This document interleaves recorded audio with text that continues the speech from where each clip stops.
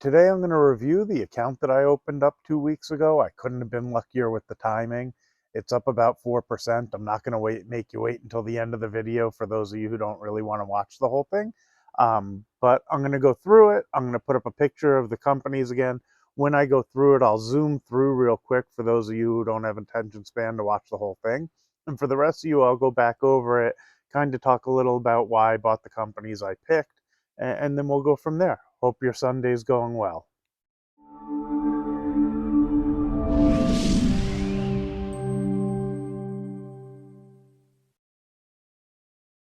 Good morning. My name is Adam Kahn, and I'm the Rational Investor. Today is Sunday, December 2nd. I hope you're all enjoying your weekend. Beautiful here in Las Vegas. I'm super excited to have such nice weather. Yesterday was a little bit chilly. Anyway, before I forget, before I get into the account that I opened up and show you how it's done, do me a favor, if you haven't already, hit the subscribe button. It only takes a second. Same with that like button, smash it. Do whatever you do. I really appreciate that kind of support. Helps YouTube's algorithm, which I'm sure you hear other people talking about, and it gets the content out there. So if you're enjoying it, it helps others to find it as well. I'm also going to put a couple links in the description on opening an account at SoFi. Not only do I have an account with them, I also own some of the stock. I think they're a great company. They have a lot of things that some of the others haven't incorporated. And if you deposit $10 or more in the account, they're going to give you a free $25 to that account. Also, what I've noticed when I've clicked on the link, it has something about how to make, I think, $275. I haven't followed through to see exactly what you need to do. But again, I like the company. I use them myself. I own the stock. I think it's a good one to use if you don't have an account already. Um, It'll also give a gift to an account that I open with my son. He's 13 years old. I try to teach him about investing as well. So it gets him engaged a bit. You know, as his dad, he doesn't always listen to me. So it's kind of cool when he gets that little bonus. It helps him stay engaged and enjoy it. And I really appreciate that more just for helping him to learn than anything else. Anyway, stick around. I'm going to get into the portfolio. I'm going to show you how it's done, and I'll go through the companies as well. So it's been 2 weeks since I opened the account and deposited $10,000 into it. I've been really fortunate with timing, which makes me look like I'm awesome at this. But the reality is anybody can do it. And that's part of why I started doing it. Now, please do your own research. Don't follow me. Not everybody's in the same position. Not everybody has the same goals in mind. This was okay for me to do, to share with you guys. And essentially what I've done is I deposited $10,000 into an account. I bought 20 different stocks that I put about an equal amount into. And so far in 2 weeks, it's up a little more than $400. That is not typical return. If you guys open an account, I would not expect that.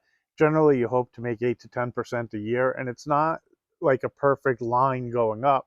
You generally have ups and downs, and it moves all over the place. So I think the timing was fortunate. Now, that being said, I am bullish the markets.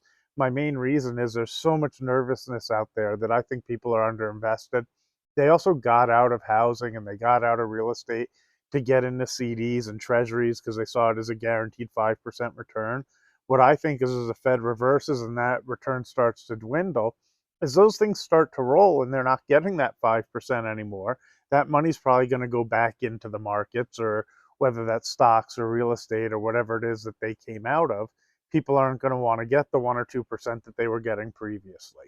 So let me rattle off the 20 stocks real quick. I bought ADM, Amazon, Best Buy, Bristol Myers, Caterpillar, Enphase, Foot Locker, Google, JEPQ, which is a JP Morgan fund that sells calls against the Nasdaq, Meta or Facebook, 3M, Philip Morris or Altria, actually, the one, the ticker symbol is MO, Nextera Energy Partners, Pfizer, Vertis, preferred stock ETF, it's PFFA is the ticker symbol, Qualcomm, QSR, which is Burger King, I think Tim Hortons and some others, all kind of in a conglomerate, StarBucks, Exxon Mobil, and Zillow. Those are the 20 stocks, and then we'll review it.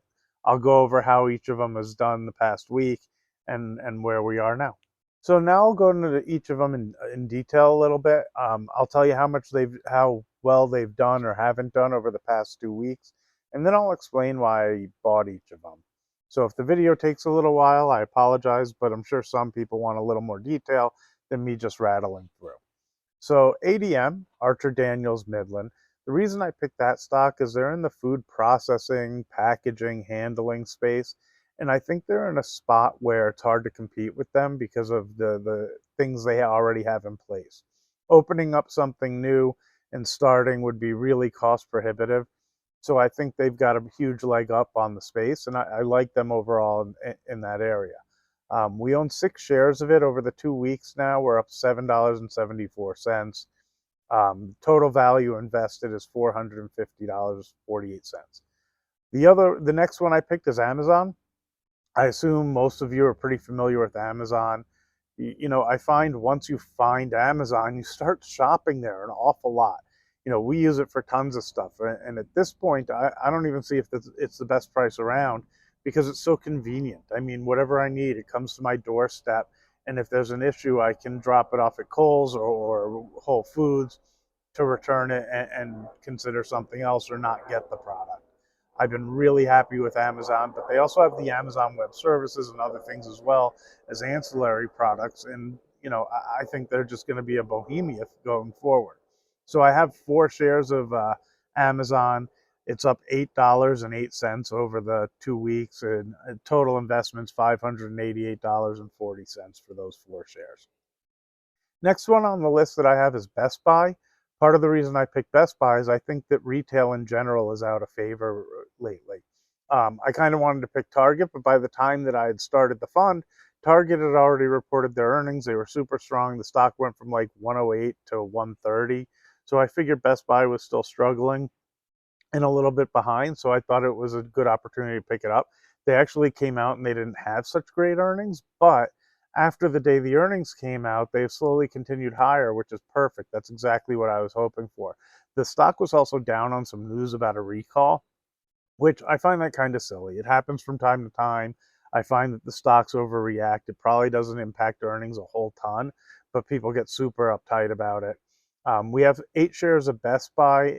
In the 2 weeks, it's up $44.80, which is extraordinary, and it's worth $588.80. So I'm super excited how that's been doing. Next on the list, and these are all alphabetical, by the way. I didn't really put them in any order. On top of that, again, I'll repeat, you guys need to do your own research. I wouldn't copy me or any other YouTuber for that matter. Everybody has their own unique position, and you're best off contacting a financial advisor if you manage your own money, making your own decisions, doing your own research. Listen to me just to see what I do and get some ideas maybe, or, entertainment purposes if you like what I talk about, but I wouldn't follow what I do. I would fit it to what your needs are. So anyway, Bristol Myers, I have 10 shares of. It's up $8.20 over the 2 weeks, which is just fine. Bristol Myers isn't one that I expect to, skyrocket. It also pays an okay dividend. And it's $501.40. Next on the list is Caterpillar. Similar to ADM, they're in a space that I don't really see anybody being able to compete in. I mean, they make bulldozers and tractors and these big machines that are expensive to start building. It's really hard for me to envision a company just coming in and competing with them. So I think they are in a great space and they have a good track record, and I see them continuing to be able to grow over time. We own 2 shares of Caterpillar. It's up $9.76 in the 2 weeks for a total investment value of $514.98. They were actually down $10.50 last week, so that's a nice reversal, and hopefully it continues. Next on my list is Enphase, ticker symbols ENPH. Those of you not familiar with it, they're in the solar space. The only reason I got Enphase is, well, there's a couple of reasons, but really twofold. We recently got solar for the house, and 3 of the 4 places that I interviewed about getting the solar put in went on and on about how Enphase components are the best in the business. Now, they were more expensive, but they went on about how they were better, and they have these new, I forget what they were called, but like individual ones instead of the whole system being on the inverters, like individual inverters, I think they called it. But it was more than just that. Everybody who used them went on that the products were the best. On top of that, when I looked at the stock, I noticed that it was $340 a year ago, and it had fallen down to like high 70s, low 80s, which is a huge discount in my mind. I saw Facebook or Meta do that last year, and now it's right back up to the highs. Now, I don't know that Enphase is going to do that. I'm not making any prediction. I just figured it was a huge discount from where it was, and maybe solar's out of favor right now. We bought 5 shares of Enphase, and it's crushed it so far. We're up $67.85 in only 2 weeks. Total investment is $534.75 at this point. So next on my list is Foot Locker. Foot Locker was the best timing of all. They came out with earnings and they were a little bit better than expected. I think you're all familiar with Foot Locker. What I actually liked about them is they have this new CEO. Well, it's been about a year now, Mary Dillon, who came over from Ulta Beauty and did an incredible job with them. So I invested in, as my brother would say, the horse, not the company. My guess is people who succeed in the past probably have a propensity to succeed again. So I'm kind of betting on her. I bought 22 shares of Foot Locker, and in 2 weeks, we're up $172.18. Now, I don't expect it to continue to grow like that. Really, I just think that's the earnings came out. It had a huge spike in the stock price, really lucky timing. The total investment now is $654.72. The funny thing is at the same time, Citibank or Citigroup or somebody who reported on it, they lowered their expectations and lowered their stock price before the earnings come out. I think that these analysts, like, you kind of have to ignore them. Everybody knows not to listen to it so much. And sometimes I think when they come out with bad news and it drives the stock lower, half the time that's a good opportunity to pick some up. So I don't know. You guys do your own research, decide what you think of these analysts. I don't pay much attention to it. Next on my list is Google, YouTube, and other things as well. I love Google as an investment. It's one of my larger overall stocks that I own in my main portfolio. I have the GOOGL one, not the one without the L. I have 4 shares in this account. So far in the 2 weeks, we're down $6.64. I still like Google. It's something that I plan to own for a long, long time. So I don't pay too much attention of where it is day to day. The total investment in this portfolio is $527.84 at this point. Next on the list is the JP Morgan Nasdaq fund, where they sell covered calls against I don't know if they use the Qs or something else, but its ticker symbol is JEPQ. I bought 10 shares, we're up 90 cents, but it's really for the dividend play. They pay currently about a 10% dividend. Total investment is $491. For full disclosure, I actually sold this fund as well as any of the other covered call strategy ones in my other accounts. As I started reading the prospectuses on them, I don't really love what they do so much because you have full exposure to the downside of the market if it corrects, but you limit your upside because you're generating income through selling the calls.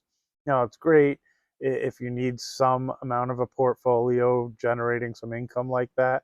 I would just be cautious. Too many people I see on YouTube talk about these funds like there's some, newfangled fancy thing that's this guarantee of great returns.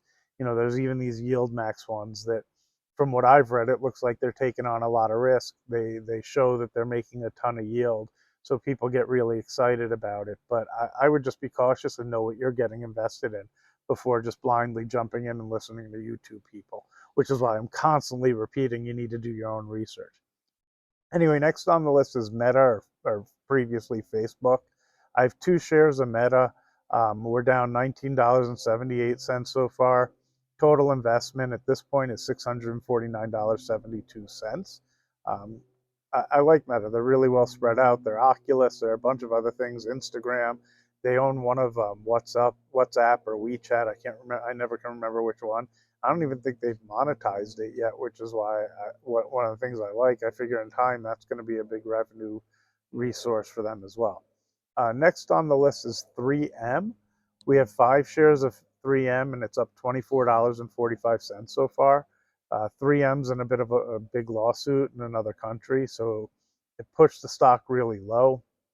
Our total investment after the 2 weeks is $499.45. I still like them as a company. Post-its, they've got 1,700 SKUs or something. I forget the exact number, but tons. And they're in medical, and they're in this, and they're in that. Really well diversified. And when they got into the lawsuit and the stock dropped a ton, right now its dividend is paying like 6% or close to it. And if they end up being able to continue to pay that dividend, that's incredible return. And odds are they work through it and do okay. But of course, like anything else, they could run into real trouble with that. Next on the list is Altria, um, the US version of Philip Morris, or MO is the ticker symbol. 11 shares of it. We all know they do cigarettes, and I think they got into the vape industry and some of the other stuff. We're up $22 on that so far for a total investment of $469.15. The attractive part of Altria isn't that I expect the stock to go up a whole ton. They pay not quite, but almost 10% on their dividend. And that's a real play. I'm much more comfortable owning it than the covered call strategies because I feel like I do have the potential for the upside of the market and I have the risk of the downside as well. I don't mind that as much. Next on my list is Nextera Energy Partners, which I've talked about a lot. It's one of my favorites. I picked up a good amount, more than I typically would of a company in my other account, my dividend account. I love that they've been out of favor. The stock fell from like 80 to 20 something. They closed this week at 25, right around there. And when it fell, right now it's paying a dividend of like 14% yield, which I'm excited about. Same thing, I'd rather own NEP and not have a covered call strategy, but that's just me personally. Again, you guys have to do what fits you guys. So we have 20 shares of NEP. It's up 20, oh no, $44.40 for a total investment of $504.80. Um, Again, I love Nextera Energy Partners and the position there, and they're a subsidiary of Nextera Energy. They're the renewable side of it, so they do solar and wind. They also own a bunch of gas pipelines, but they just got into a deal with Kinder Morgan to sell that to them. And if they get that completed, I think it's supposed to be done by April. I think that frees up a ton of cash. It helps them with their borrowing position and cuts the cost to borrow down significantly. So I'm excited to see if that deal goes through. I'm hoping it does. Next on my list is Pfizer. We have 15 shares of Pfizer, which is down $14.55 in the 2 weeks. Total investment of $433.65. Pfizer is just a big drug manufacturer. They're paying a little over 5% yield right now. I feel like as the Fed reverses course, which is what I expect, I don't know that to happen. I just think next year we're going to see them reverse course and we're going to see rates come down. If that's the case, some of these companies that are paying 5% return, I don't expect that they'll still be paying that. I think it'll be lower because the stocks are going to go up because 5% returns are going to be super high. And if you can get that with the potential of the stock to go up as well, to me personally, that's a much better investment than buying a CD at 2-3%, which is where I expect them to be back down to in the next couple of years. Next on the list is another dividend paying type of company. The ticker symbol is PFFA, which is what I mentioned is Vertis preferred stock or something like Infracap preferred stock. It's an ETF that deals in preferred stock. I don't own any preferred stock directly, so this is a good way for me to get into that space where it's pretty well diversified. They pay a 10% dividend and they pay monthly, which I find is really nice. It's like 16.5 cents a month. Um, we have 25 shares of it. It's actually up $20 as well for a total investment of $497.50. Next on my list is Qualcomm. We have 4 shares of Qualcomm. They're in the chip space. I didn't really want to get NVIDIA because it's already taken off. Intel's already moved from the low 30s to the mid 40s. I kind of liked where Qualcomm is. They do the chips for the phones, and they even got into contract. Well, they already had an agreement with Apple, but they extended the contract out until I think 2026 to guarantee a certain amount of chips that they're going to be able to sell to Apple over that time. I've always kind of liked Qualcomm. We have 4 shares of it. So far, we're up $2.24 over the 2 weeks for a total investment of $520. The next one is QSR, which is a conglomerate of different fast food chains. Burger King being the main one in there that I liked. We have 7 shares of QSR. We're up $15.05 over the 2 weeks for a total investment right now $511. Next on my list is one of my favorite companies just because of what my experience with McDonald's was, and I know they're different, but Starbucks, they came out with good earnings recently, so maybe we overpaid a bit. We bought 4 shares of it. We're down $23.16 over the 2 weeks. I actually still have $200 left in the account that we didn't spend. I'm tempted to buy another share of Starbucks and add that onto there. The total investment's $397.40 for where we are now for the 2 weeks. Next on my list is Exxon Mobil. I was juggling back and forth whether it would be Exxon or Chevron. I just wanted something in the gas and oil space, so I picked Exxon. We're down $9.96 over the 2 weeks. Total investment at this point is $412.36. And last on my list is Zillow, which I talked about in another video when I talked about Foot Locker as well. We have 10 shares of Zillow that's up $44.10. Total investment at this point is $435. What I like about Zillow is I think if the real estate market changes, if they're smart about what they do, they could really take over what the realtors and mortgage people and even title do at this point. And if they're fortunate and they can run it right over the next 5 or 10 years, they might be in the position to actually get a significant market share of the real estate market. I mean, look, don't count on me. Do your own real research on this for sure. But what I hope for is they become some $1 trillion company being a significant part of real estate. I almost want to reach out and tell them about the ideas I have because I think they can really transform that business from just being a platform where people go to find what's being listed and maybe reach out and get connected to a realtor to something that they could really control a lot better. Now, hopefully they've come up with that as well. But really, I thought of reaching out and trying to consult on them on the concepts I have. I know my brain gets a little out there sometimes. So the total profit so far, now keep in mind, this is based off of Friday, but not really the close. What I noticed in my account is there's aftermarket trading, and sometimes it's doing the quotes on the aftermarket trading. But I'm showing up that I'm up $417.66 in the 2 weeks. That's much better than a typical return. Generally, stocks go up, they go down. You don't expect to get 4% return in 2 weeks. It just doesn't typically work like that. Anyway, again, if you've made it this far, thank you so much for watching the whole video. Don't forget to subscribe and like and make comments. I love the conversations that I'm getting into with people, even when we disagree. It's cool if we disagree. I got no issue with it. Sometimes you just have differences of opinion. Have a great week. Have a great trading week if you guys trade. And say hi to Winston over there. And talk to you tomorrow.